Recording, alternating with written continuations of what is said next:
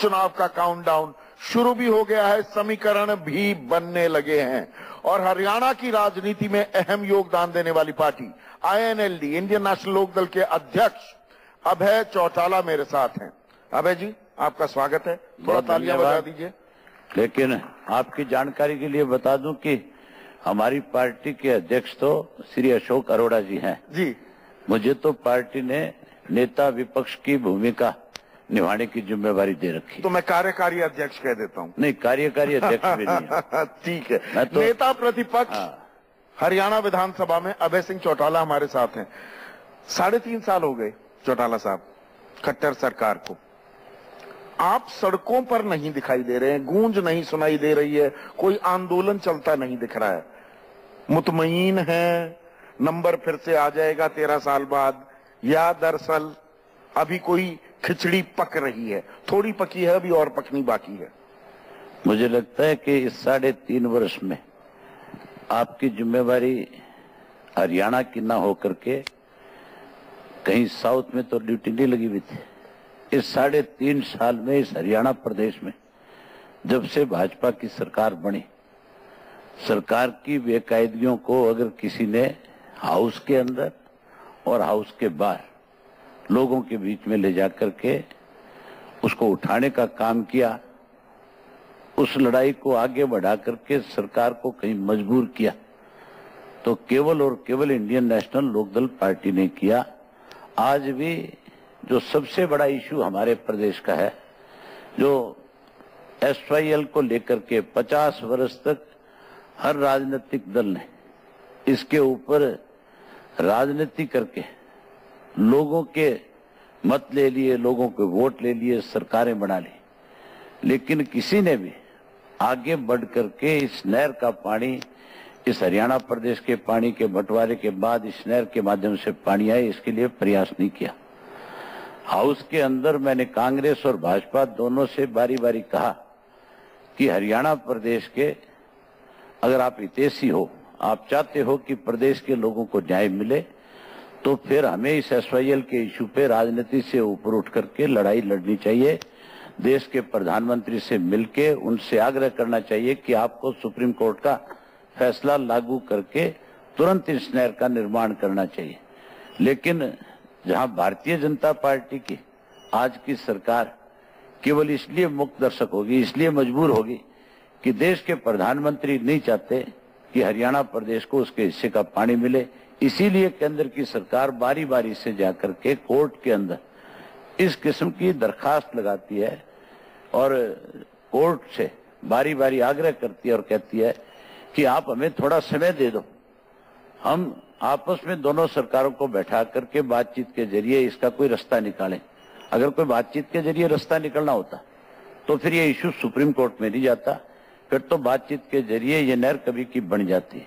अब इस नहर का पानी मिले हमें, इसके लिए अगर किसी ने आंदोलन किया और किसी ने इसके लिए लड़ाई लड़ी, तो पिछली 23 फरवरी से लेकर के अब तक लगातार इंडियन नेशनल लोकदल पार्टी ने जहां विधानसभा में वहीं बाहर लोगों को साथ लेकर के 4 चरणों में अलग अलग आंदोलन चलाए और अब 5वां आंदोलन हमारा फिर चल रहा है, जो जेल भरो आंदोलन के नाम से चलाया जा रहा है। आप ऐसी सरकार इस प्रदेश में है जी जो ना पानी दे रही और ना पानी के लिए जो लड़ रहे हैं उन लोगों के लिए किसी तो आपको अपने मुद्दों पर, ये पानी एसवाईएल का पानी बड़ा मुद्दा आप बना रहे हैं, आंदोलन कर रहे हैं, इन मुद्दों पर पूरा भरोसा नहीं है या अपनी ताकत पर पूरा एतबार नहीं है कि बहुजन समाज पार्टी के साथ आपने गठबंधन कर लिया? गठबंधन क्यों किया? ये गठबंधन नहीं है, ये एक जरूरत है। आप जरूरत क्यों महसूस? मैं बता रहा हूँ क्यों। आज तीसरे मोर्चे की देश को जरूरत है, आज अकेले हरियाणा प्रदेश को नहीं। जिस तरह से सन 1982 के अंदर कांग्रेस ने प्रजातंत्र को हत्या करने का काम किया, चौधरी देवीलाल के पास बहुमत था, उन्होंने 56 एमएलए को अपने साथ ले जाकर के राजभवन के अंदर गवर्नर के सामने परेड कराई और गवर्नर ने उनको चिट्ठी दे दी कि कल आप आना, कल आपकी ओथ होगी। चिट्ठी देने के बाद 33 एमएलए कांग्रेस पार्टी के थे, उन 33 एमएलए का जिनका बहुमत नहीं था, उनको भजनलाल जी को बुला करके सिर्फ और सिर्फ देश की प्रधानमंत्री श्रीमती इंदिरा गांधी के दबाव में आकर के उन्होंने उनको रात को शपथ दिला दी, जबकि उन्होंने जाकर के पहले अपनी तरफ से ये डिमांड भी नहीं करी। चोई साहब को चिट्ठी दी, उसके बाद बनाव उनको दिया। सबसे पहले प्रजातंत्र को इस देश के अंदर। तो कर्नाटक में नाटक कर रही है कांग्रेस। हाँ, कर्नाटक में नाटक कर रही है कांग्रेस। 100%। ये कांग्रेस के दिखाए हुए रास्ते पे आज भाजपा भी चल पड़ी है। भारतीय जनता पार्टी के पास भी जब बहुमत नहीं था तो जरूरत क्या थी गोवा में सरकार बनाने की, जरूरत क्या थी उनको मणिपुर मेघालय में जाने की। तो दोनों तरफ से नाटक हो रहा है। ये दोनों, ये शुरुआत की हुई है कांग्रेस। ये नाटक नहीं, ये हमारे देश की डेमोक्रेसी के लिए एक बहुत बड़ा खतरा है, दोनों के दोनों राजनीतिक दल। इसलिए आज इस देश को जरूरत है थर्ड फ्रंट की। पर थर्ड फ्रंट की जब आप बात करते हैं अबे भाई साहब, थर्ड फ्रंट कैसे होगा? थर्ड फ्रंट की जो पैरवी करने वाले थे, जेडीएस उनमें से एक था। जेडीएस की अगुवाई में कांग्रेस सरकार बनाने को तैयार है कर्नाटक में। उनको सुरक्षा मुहैया करा रहे हैं केसी चंद्रशेखर राव, जो सबसे पहले जिन्होंने आइडिया फ्लोट किया थर्ड फ्रंट का। हैदराबाद में जहां उनकी सरकार है वहां पर इन विधायकों को ठहराया गया। चंद्रबाबू नायडू भी साथ में आ गए हैं। तो तीसरा मोर्चा तो अब कांग्रेस के बिना तीसरा मोर्चा। पुरानी कहावत है, हाँ, बड़े दुश्मन को मारने के लिए छोटे दुश्मन का सहारा लिया जाता है तो हमारे दोनों ही दुश्मन, जितनी भी रीजनल पार्टियां इस देश के अंदर है, उन सब का अगर कोई बड़ा दुश्मन है तो भारतीय जनता पार्टी आज की तारीख में, और उसके बाद छोटा दुश्मन है तो कांग्रेस है। कांग्रेस छोटा दुश्मन है, बड़ा दुश्मन बीजेपी है। आज की तारीख में बड़ी दुश्मन बीजेपी। कांग्रेस से हाथ मिला सकते हैं, छोटे दुश्मन से हाथ मिला सकते हैं बड़े दुश्मन को हराने के लिए। कई ऐसी स्टेट है जहां कांग्रेस का किसी भी दूसरे रीजनल पार्टी के राजनीतिक दल से हाथ मिल जाएगा, लेकिन 100% मान करके चलो, वो समय ज्यादा लंबा समय नहीं चल पाएगा। उदाहरण आपके सामने बिहार बैठा, बिहार नहीं, ये आपकी मजबूरी है क्या? हरियाणा की हकीकत दरअसल ये है, आईएनएलडी, एक म्यान में दो तलवारें नहीं हो हमारी मजबूरी नहीं, और कांग्रेस साथ नहीं हो सकते। लेकिन कांग्रेस की सरकार बन जाए दिल्ली में तो आपको गुरेज नहीं होगा। वो बेटर ऑप्शन है बीजेपी की सरकार के बजाय। हमें तो सीधा है, हरियाणा प्रदेश के अंदर आगामी चुनाव के अंदर हमने तो भाजपा और कांग्रेस दोनों को इस प्रदेश से बाहर करना है हर हालत में। इसके लिए बहुजन समाज पार्टी और इंडियन नेशनल लोकदल पार्टी में आप इसको समझौता ना मानो, आप इसको गठबंधन ना मानो, आप इसको तीसरे मोर्चे की तीसरा एक बड़ा संगठन खड़ा होने की शुरुआत मानो। अबे भाई साहब, सीधा सवाल पूछता हूं, 2019 के लोकसभा चुनाव में हाइपोथेटिकल सवाल है, अगर कांग्रेस की सरकार बनती दिखती है और बाकी विपक्षी दल कांग्रेस की सरकार को समर्थन दे देते हैं विपक्षी एका के नाम पर, आईएनएलडी कांग्रेस का दिल्ली में समर्थन करेगी कि नहीं? कर्नाटक में कांग्रेस बना रही है क्या? अभी बहुत पानी बना रही है क्या? कावेरी में बहुत पानी। कर्नाटक में सरकार जो बनेगी वो इसकी आपकी जनता दल जेडीएस की सरकार बनेगी, वहाँ कांग्रेस की नहीं बनेगी। आने वाले चुनाव के अंदर भी लोकसभा में। नहीं, मैं ये पूछ रहा हूँ, मैं जो आपको कह रहा हूँ, आप कांग्रेस के सिंगल लार्जेस्ट पार्टी, आप मेरी बात में कांग्रेस बनती है, आप समर्थन देंगे उनकी सरकार को केंद्र में? कांग्रेस और भारतीय जनता पार्टी दोनों मिलकर के भी 200 का आंकड़ा पार नहीं करेगी इस देश के अंदर। मेरे हाइपोथेटिकल सवाल का जवाब नहीं। इस देश के अंदर कांग्रेस को समर्थन करेंगे या नहीं करेंगे? बिल्कुल नहीं करेंगे, बिल्कुल नहीं, दिल्ली में भी नहीं करेंगे ना, किसी मतलब पे भी नहीं करेंगे। मायावती तो ये बात नहीं कह रही है आपके साथ, जिन्होंने गठबंधन किया, मायावती कांग्रेस के साथ हाथ मिलाने को तैयार है। आपने किसको कह दिया कि हाथ मिलाने को तैयार है? मायावती तो सारा दिन तलवार लेकर के बैठी रहती है कि दुश्मन मेरे कब मैं इनकी गर्दन काटूं। मायावती इस देश की प्रधानमंत्री बनेगी। हरियाणा प्रदेश से बहुत दफा, अनेकों दफा राजनीतिक परिवर्तन हुए हैं, परिवर्तन आए हैं। अब फिर हरियाणा ही इसकी शुरुआत करेगा। तीसरे मोर्चे का प्रधानमंत्री पद का उम्मीदवार कौन है? मायावती है। मायावती है 100%। मायावती बड़ी ब्रेकिंग न्यूज दे रहे हैं यहाँ पर, अभय चौटाला कह रहे हैं मायावती तीसरे मोर्चे की प्रधानमंत्री पद की उम्मीदवार होंगी। 100% वही होंगी। और तीसरे मोर्चे में जितने भी आज के हालात को देख करके हर किसी रीजनल पार्टी की नेताओं को बैठ करके इस बात के ऊपर फैसला लेना होगा कि अगर हमने आपस में एक गठजोड़ नहीं बनाया तो ये दो बड़े मगरमच्छ जो हैं ये इस देश को भी खत्म कर देंगे और ये हमारा राजनीतिक जो जिस मकसद के लिए हम राजनीति करें उसको भी खत्म कर। तो एक दलित महिला को आप प्रधानमंत्री बनाना चाहते हैं देश में? हम 100% दलित की बेटी को इस प्रदेश की प्रधानमंत्री बनाने में बड़ी भूमिका निभाएंगे। ये खालिश राजनीति तो नहीं कर रहे, ये समीकरण, ये आंकड़ों का खेल तो नहीं हो रहा। जाट हमारे आपके 24-25% वोट बैंक रहता है, दलितों में मायावती की पैठ है, मुसलमानों को छिटक रही है खट्टर सरकार, तो एक रेनबो कोएलिशन, एक सोशल इंजीनियरिंग कर रहे हैं अभय चौटाला इस वक्त। जब हमारा समझौता हुआ और जब इस समझौते को हमने प्रेस के माध्यम से लोगों तक पहुंचाया, तो हमारे जो राजनीतिक विरोधी हैं, चाहे वो भारतीय जनता पार्टी है चाहे वो कांग्रेस पार्टी है, उनकी तरफ से बयान आए कि दो कमजोर कड़ियां आपस में मिल गई। एक बयान छपा, नेवले और सांप का आपस के अंदर दोस्ताना ताल्लुकात बन गया। एक का बयान आया कि ये एक बेमेड़ा गठबंधन है। मैंने उनसे अगले दिन, मुझे प्रेस के साथियों ने, आप जैसे दोस्त मित्रों ने पूछा कि बड़ी प्रतिक्रिया है, आप क्या कहना चाहोगे? मैंने कहा कि उन लोगों को तो मिठाई बांटनी चाहिए थी। जो लोग इस किस्म के बयान अखबारों में दे रहे हैं, इसका मतलब आप उनसे भूपेंद्र सिंह हुड्डा आपके इस गठबंधन को बेमानी बता रहे हैं। भूपेंद्र सिंह हुड्डा की तसल्ली तो ये गठबंधन ही कराएगा, कोई और थोड़ी कराएगा। उसको तो हम भूत की तरह नजर आते हैं, इसलिए ज्यादा बड़ा भूत नजर आते हैं हम उसको कि भारतीय जनता पार्टी और भूपेंद्र सिंह हुड्डा तो मिले हुए हैं। उदाहरण आपके सामने है। कैसे मिले हुए हैं? हाँ, उदाहरण आपके सामने है। राज्यसभा का जब चुनाव था, कांग्रेस पार्टी की तरफ से हुड्डा को हिदायत दी गई थी, कांग्रेस को हिदायत दी गई थी कि आपने अपना वोट जो है आर.के. आनंद के पक्ष में डालना है। उनका आदेश देने, सोनिया के आदेश के बावजूद भूपेंद्र सिंह हुड्डा ने भारतीय जनता पार्टी के उम्मीदवार के पक्ष में पेन की स्याही बदल करके अपने वोट कैंसिल करवा करके उनको जितवाने का काम किया। दूसरा उदाहरण अभी ताजा देता हूं आपको।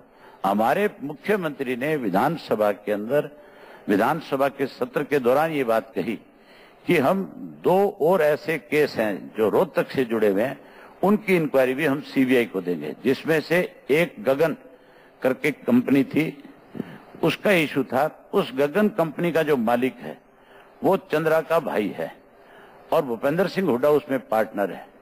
जब उसकी इंक्वायरी की बात आई तो मुख्यमंत्री ने पहले तो विधानसभा के पटल पे बात करी और बाद में उसी मुख्यमंत्री ने विधानसभा में कही हुई बात को सीबीआई को देने की बजाय उस केस को एक रिटायर्ड जज के हवाले कर दिया, सिर्फ इस बात के लिए कि अगर उसकी सीबीआई जांच करेगी तो चंद्रा भी उसके साथ फंस करके खड़ा हो जाएगा। कैसे चंद्रा को बचाया जाए, आप आरोप लगा रहे हैं। उसके लिए भूपेंद्र सिंह हुड्डा को भी साथ साथ बचाया जा रहा है। सांठ-गांठ का आप आरोप लगा रहे हैं, पर मुझे आरोप नहीं। हाँ। मैं एक और बताना चाहता हूं। हमने 400 पेज की चार्जशीट दी, इनकी चार्जशीट भी हम तैयार कर रहे हैं और जिस 400 पेज की चार्जशीट की हमारी सरकार बनने के बाद हम सिटिंग जज से, हाई कोर्ट के से इंक्वायरी करवाएंगे।